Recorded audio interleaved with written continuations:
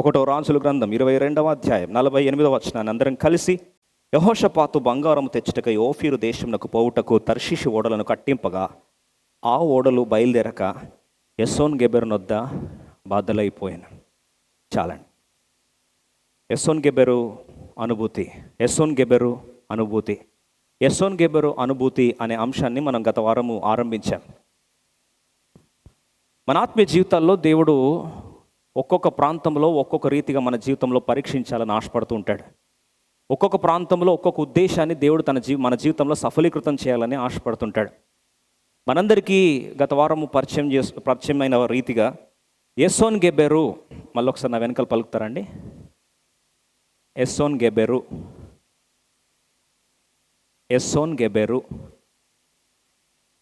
ఎస్సోన్ గెబెరు అనే అనుభూతి దేవుడు మన జీవితంలో ఎందుకు ప్రాముఖ్యమైనది అని జ్ఞాపకం చేస్తున్నాడో ఈరోజు కొన్ని సత్యాలను మనము పరిగెరకడానికి ప్రయత్నిస్తాం.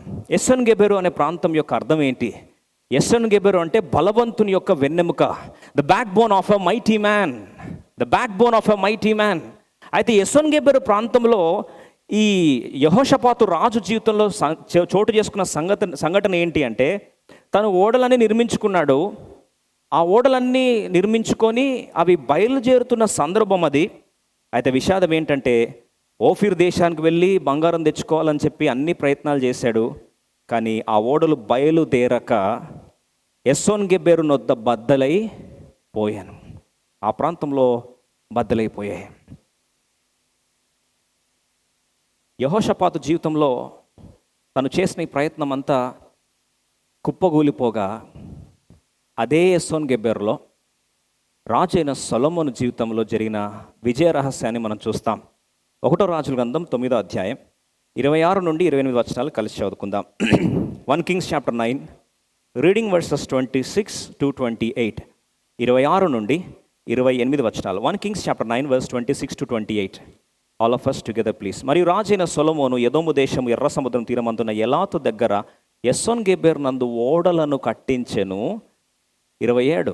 సొలొమోను సేవకులతో కూడా హీరాము సముద్ర ప్రయాణము చేయనెరిగిన ఓడవారైన తన దాసులను ఓడల మీద పంపెను. 28. వారు ఓఫీరు అను స్థలమునకు పోయి అచ్చట నుండి 840 మనుగుల బంగారమును రాజైన సొలొమోను నొద్దకు తీసుకొని వచ్చిరి.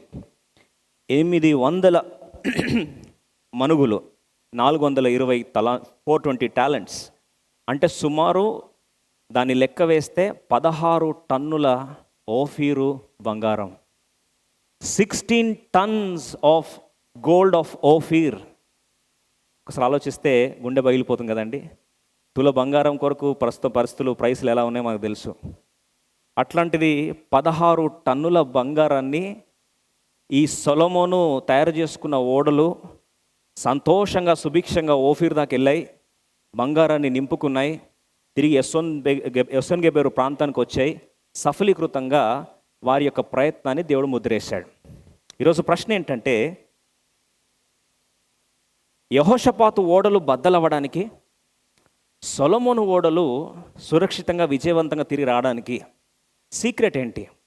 ఈరోజు ప్రాముఖ్యమైన ఒక సీక్రెట్ మాత్రం చూద్దాం. బహుశా ఈరోజు నీ ప్రయత్నాలు, ఒకవేళ ఈరోజు యెహోషాపాతులాగా ఓడిపోతున్నావా, లేదా సొలొమోనులాగా సఫలీకృతం అవుతున్నావా? కారణం ఏంటి అనేది మనము పరీక్షించడానికి ఈరోజు ఒక ప్రాముఖ్యమైన సత్యాన్ని మనము పరిగెరడానికి ప్రయత్నిస్తాం. అసలు ఓడలు బద్దలు అవ్వడానికి ఏం సంభవించింది ఇక్కడ? ఎస్సోన్ గెబెరు ప్రాంతంలో వెన్నెముకను దేవుడు ఎందుకు పరీక్షిస్తున్నాడు? Why God wants to test the backbone? వెన్నెముక సాధారణంగా ఒక వ్యక్తి యొక్క దేహ దారుఢ్యానికి పునాది. ఒక భాషలో చెప్పాలి అంటే ఫౌండేషన్. ఎందుకు దేవుడు ఫౌండేషన్ని పరీక్షిస్తాడు? ఎందుకొరకు దేవుడు ఈ యొక్క ఎస్సోన్ గెబెరు అనుభూతిలో మన పునాదిని ఎందుకు దేవుడు పరీక్షిస్తాడు? అసలు పునాదిని ఎందుకు పరీక్షించాలి? రెండవది, దేనితో పరీక్షిస్తాడు? ఈ పరీక్ష నిలబడాలంటే ఏం చేయాలి? ఈ 3 సత్యాలను మనం ఈరోజు పరిశుద్ధాత్మను బోధించే కొలది మనం చూస్తాం. అసలు ఈ యొక్క ఎస్సోన్ గెబెరు ప్రాంతంలో మన వెన్నెముక, మన పునాదిని దేంతో పరీక్షిస్తాడు? Why which what weapon God test our backbone or our foundation? మన పునాదిని ఎందుకు దేవుడు పరీక్షిస్తాడు? ఒక వాస్తవం చెప్పాలంటే, God has destroyed the ships to reveal what kind of foundation Jehoshaphat had. ఏ పునాది కలిగి ఉన్నాడో పరీక్షించడానికి కొరకు దేవుడు ఓడలన్నింటిని ఏం చేశాడండి? నాశనం చేశాడు. ఈరోజు దేంతో దేవుడు పరీక్షిస్తాడు? రండి, బైబిల్లో ఒక ప్రాముఖ్యమైన సత్యాన్ని మనం చూడడానికి ముందుకెళ్దాం. కీర్తనలు 48:7 కలిసి చదువుకుందాం. 48వ కీర్తన 7 త్వరితంగా 7 తలంపులు మీ ముందు పరిచయం చేస్తాను. 7 important profound areas of God's weapon. దేవుడు వాడే ఈ యొక్క సాధనాన్ని 7 ప్రాంతాల్లో ఎక్కడెక్కడ పరీక్షిస్తాడో త్వరితంగా క్లుప్తంగా మీ ముందు పరిచయం చేయాలని ఆశపడుతుంది. 48వ కీర్తన 7 తూర్పు గాలిని 48:7 ఆఫ్ సామ్. తూర్పు గాలిని లేపి తర్షీషు ఓడలను నీవు పగలగొట్టుచున్నావు. చాలండి. తర్షీషు ఓడలను పగలగొట్టడానికి దేవుడు వాడిన పనిముట్టు ఏందండి? ఆయుధం ఏది? గట్టిగా చెప్పండి. తూర్పు గాలి, ఈస్ట్ విండ్. దయచేసి మర్చిపోదు ఈ పదాన్ని. తూర్పు గాలి. తూర్పు గాలి ఏం చేస్తుంది? బైబిల్లో తూర్పు గాలి చాలా ప్రభావాలు చూపించినప్పటికీ దేవుడు పునాదిని పరీక్షించడానికి కొరకు 7 ప్రాంతాల్లో తూర్పు గాలను అనుమతిస్తాడు. మన జీవితంలో ఎక్కడ అనుమతిస్తున్నాడో ఒక్కసారి మనం చూసడానికి 7 ప్రాంతాలు మీ ముందు పరిచయం చేస్తాను. మొదటిగా ఈయన చేస్తున్న ప్రయత్నాన్ని ఎసోన్ గెబెరు ప్రాంతంలో తర్షీషు ఓడలను బద్దలు కొట్టడానికి కొరకు దేవుడు వాడిన గాలి ఏంటండి? తూర్పు గాలి. తూర్పు గాలి నీ ప్రయత్నాలను, నీ యొక్క పునాదిని, నీ ఫౌండేషన్ని ఎందుకు దేవుడు పరీక్షించాలి? చాలాసార్లు అర్థం చేసుకున్నట్లయితే ఆత్మీయ జీవితమే కాదు, మానసికమైన, భౌతికమైన, కుటుంబపరమైన, సంఘపరమైన జీవితాన్ని పునాది చాలా ప్రాముఖ్యమైనది. Foundation is fundamental. Foundation is pivotal. If a building has to be stable, we're supposed to be focusing upon the foundation. పునాది చాలా ప్రాముఖ్యమైనది. అందుకొరకే దేవుడు కొండ మీద అద్భుతమైన ప్రసంగం చేశాడు. బీటిట్యూడ్స్ అంటాం, బియాటిట్యూడ్స్ అని. కొండ మీద ప్రసంగంలో ధన్యులు ఎవరని చెప్పి సుభిక్షమైన లిస్ట్ అంతా దేవుడు ప్రకటిస్తూ వచ్చాడు. ఆ కొండ మీద ప్రసంగం గొప్ప గొప్ప వీరులు, ఇంకో మాటలో దేశ నాయకుల్ని పుట్టించింది. అయితే ఆ కొండ మీద ప్రసంగం చర్మానికానికి వచ్చిన ముగింపుకు వచ్చినప్పుడు యేసుక్రీస్తు ప్రభువారు ఒక ప్రాముఖ్యమైన సత్యాన్ని విశ్వాసులకు ప్రకటించాడు. విశ్వాసులకు ప్రకటించి ఆ యొక్క వర్తమానాన్ని ముగించాడు. మత్తయి సువార్త 7వ అధ్యాయం 24-25 కలిసి చదువుదాం. అలాగే 26-27 కూడా ఉన్నాయి. ఈ 2 గృహముల గురించి, 2 ఇళ్ళ గురించి దేవుడు జ్ఞాపకం చేస్తూ పునాది ఎందుకు ప్రాముఖ్యమైంది, ఈ పునాదిని ఎలా పరీక్షిస్తాడో అని దేవుడు మరొక్కసారి ఆ కొండ మీద ప్రసంగాన్ని ముగింపు సమయంలో దేవుడు జ్ఞాపకం చేస్తూ వచ్చాడు. మత్తయి సువార్త 7వ అధ్యాయం 24 అందరం కలిసి చదువుదాం. కాబట్టి ఈయన మాటలు విని వాటి చొప్పున చేయు ప్రతివాడును బండ మీద తన ఇల్లు కట్టుకొనిన బుద్ధిమంతుని పోలి యుండును. 25 వాన కురిసెను, వరదలు వచ్చెను, గాలి విసిరి ఆ ఇంటి మీద కొట్టెను, కానీ దాని పునాది బండ మీద వేయబడెను గనుక అది పడలేదు. చాలండి. 3 మాటలు చూస్తాం అక్కడ. వాన కురిసింది, 25 వాన కురిసెను, రెండవది వరదలు వచ్చెను, దాని మీద గాలి విసిరి కొట్టెను. ఈరోజు మనందరికీ మన మనసులో తటస్థించే ప్రశ్న ఏంటంటే, ఏంటి సంవత్సరం ఇలా అయిపోయింది, అసలు ఏమవుతుంది, అది ఏమవుతుందని బహుశా ఈ ప్రశ్నలు వస్తున్నాయా? దేవుడు ముందే చెప్పాడు. తుఫానును, వరదలు ఇవన్నీ మనకు తెలిసిందే. అయితే దానిపైన చూస్తే గాలి ఏం చేస్తుంది తెలుసా అండి? గాలి పునాదిని ఏం చేస్తుంది? ప్రత్యక్షపరచబడుతుంది. East wind will give you the revelation about foundation. I repeat these lines once again. East wind will give you the revelation about your foundation. అంటే తూర్పు గాలి నీ పునాది గురించిన ప్రత్యక్షతను నీ జ్ఞాపకం చేస్తుంది. Why God should use east wind? దేవుడు జ్ఞాపకం చేశాడు. ఇద్దరు కట్టారు ఇల్లులు. ఒకరు ఇల్లు కడుతున్నప్పుడేమో అదే ఈ 2 ఇళ్లకు సామాన్యమైన వరదలు వచ్చాయి, తుఫాన్లు వచ్చాయి. 3వది ఏంటంటే గాలి విసిరి కొట్టిందంట. ఈరోజు ప్రియ సోదరుడా, నీ కుటుంబానికి ఏం గాలి కొడుతుంది? తూర్పు గాలి అయితే నువ్వు సంతోషపడాలి. ఎందుకు తెలుసా? తూర్పు గాలి నిన్ను నాశనం చేయడానికి కాదు, కానీ నీ పునాదిని ప్రపంచానికి చూపించడానికి దేవుడు తూర్పు గాలిని ఏం చేస్తాడు? వాడుకుంటాడు.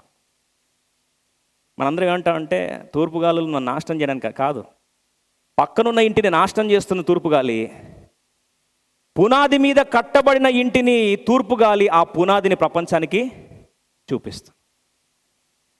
Storms in life, rains in life, and especially east wind in life will reveal your foundation to the world.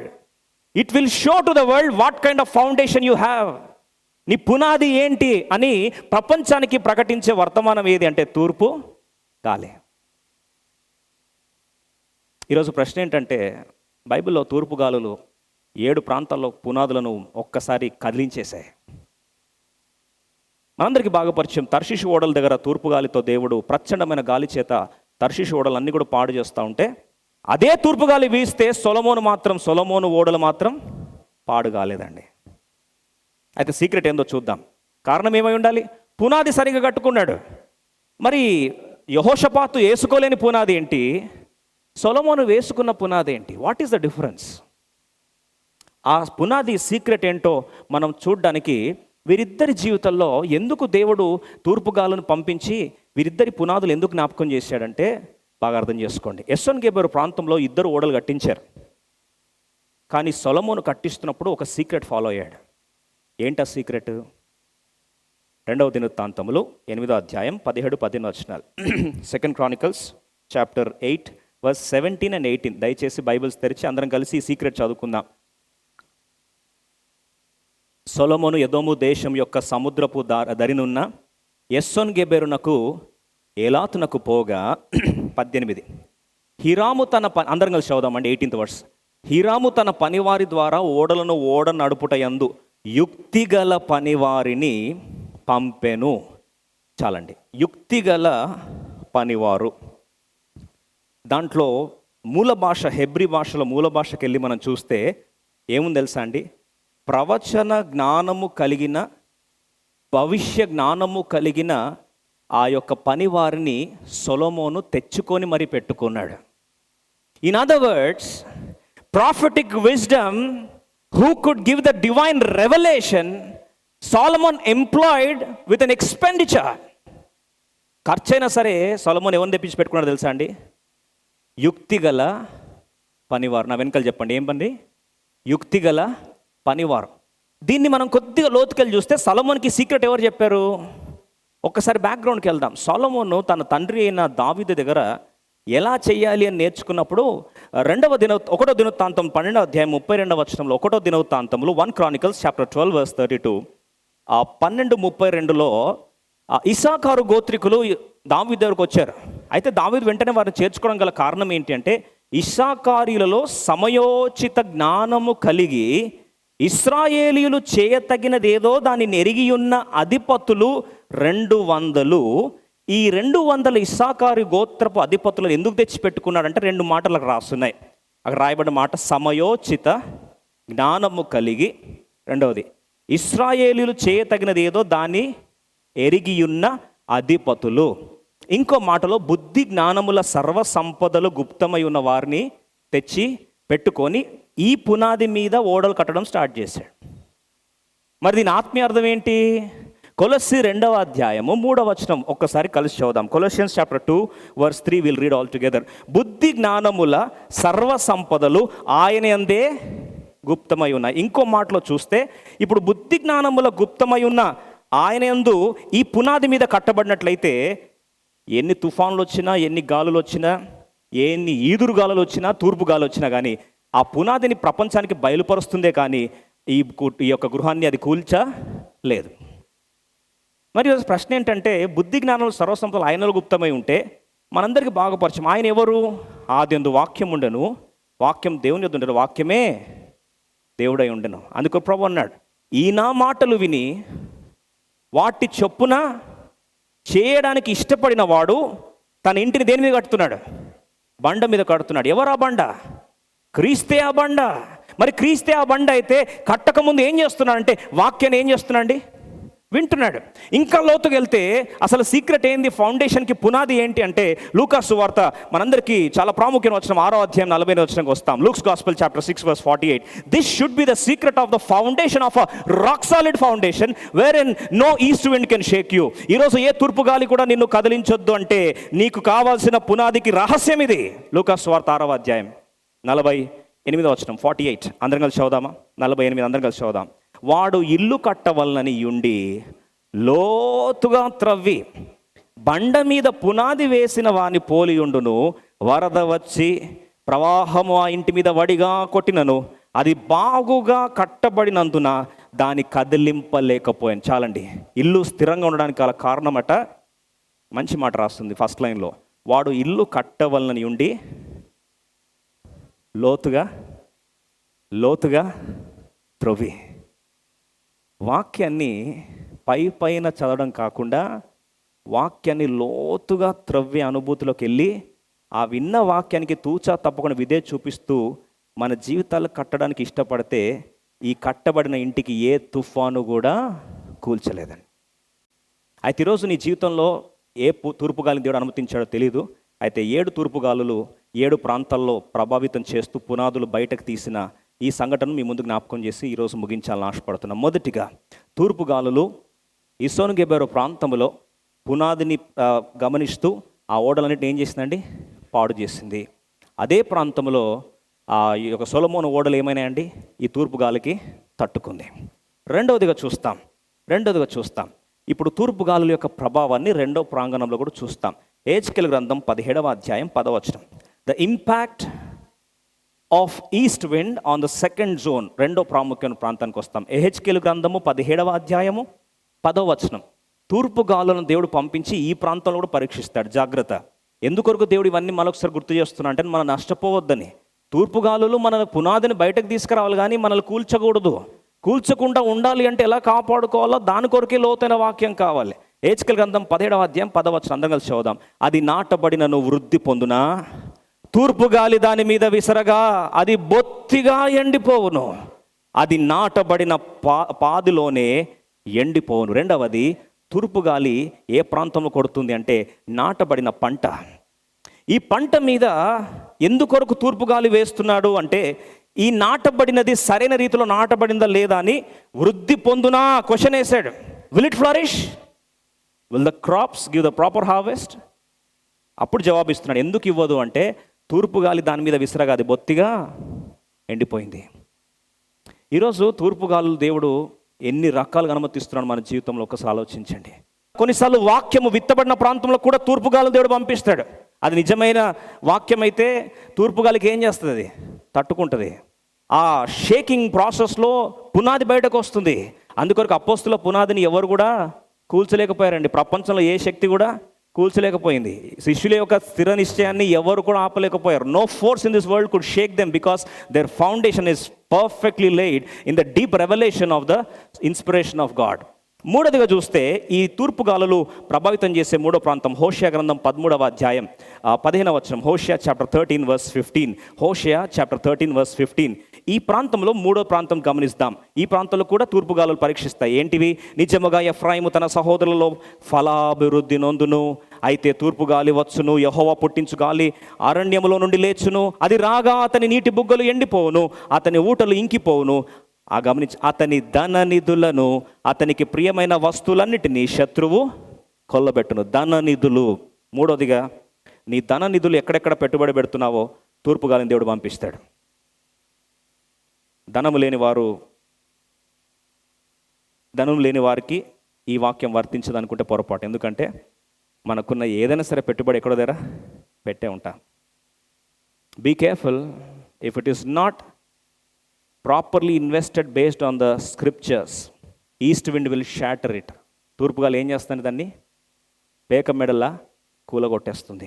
ధననిధుల మీద మూడో ప్రాంతంలో దాడి చేస్తుంది. తూర్పుగాలి నీ పునాదిని పరీక్షిస్తాడు. నాలుగోదిగా చూస్తాం.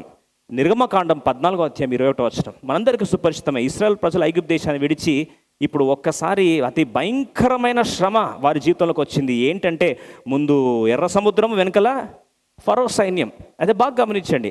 ఎర్ర సముద్రము, ఫరో సైన్యం. అయితే ఇక్కడ తూర్పుగాలి వారి పునాదిని ఇలా పరీక్షించింది చూడండి. ఒకసారి నిర్గమకాండం 14వ అధ్యాయం 21వ వచనం 21 అందరం కలిసి చదువుదాం. మోషే సముద్రము వైపు తన చెయ్యి చాపగా యెహోవా ఆ రాత్రి అంతయు బలమైన తూర్పుగాలి చేత సముద్రమును తొలగించి దానిని ఆరిన నేలగా చేశాను. ఒక అద్భుతమైన సత్యం చెప్పి ముందుకెళ్ళని ఆశపడుతున్నా. నీ జీవితం ఎర్ర సముద్రం లాంటి పరిస్థితులు ఉన్నావా?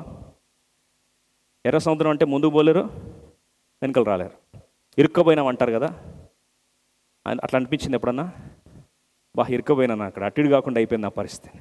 సంతోషించాల్సింది ఏం తెలుసా అండి? అటు ఇటు కాని పరిస్థితుల్లో నేను ముందుకు తీసుకెళ్ళేది ఏది? మనకు అర్థమయ్యే భాషలో, అటు ఇటు కాని పరిస్థితుల్లో నేను ముందుకు తీసుకెళ్ళేది ఏదంటే తూర్పు గాలి. తూర్పు గాలి నేను నాశనం చేయడానికి కాదు, తూర్పు గాలి నీ పునాదిని ఏం చేస్తుంది? ప్రత్యక్షపరచబడుతుంది. అంటే ఈ తూర్పు గాలి ఏం చేసిందంటే ఐగుప్తీయులకు అలాగే ఇశ్రాయేల్ ప్రజలకు ఏం చేసింది?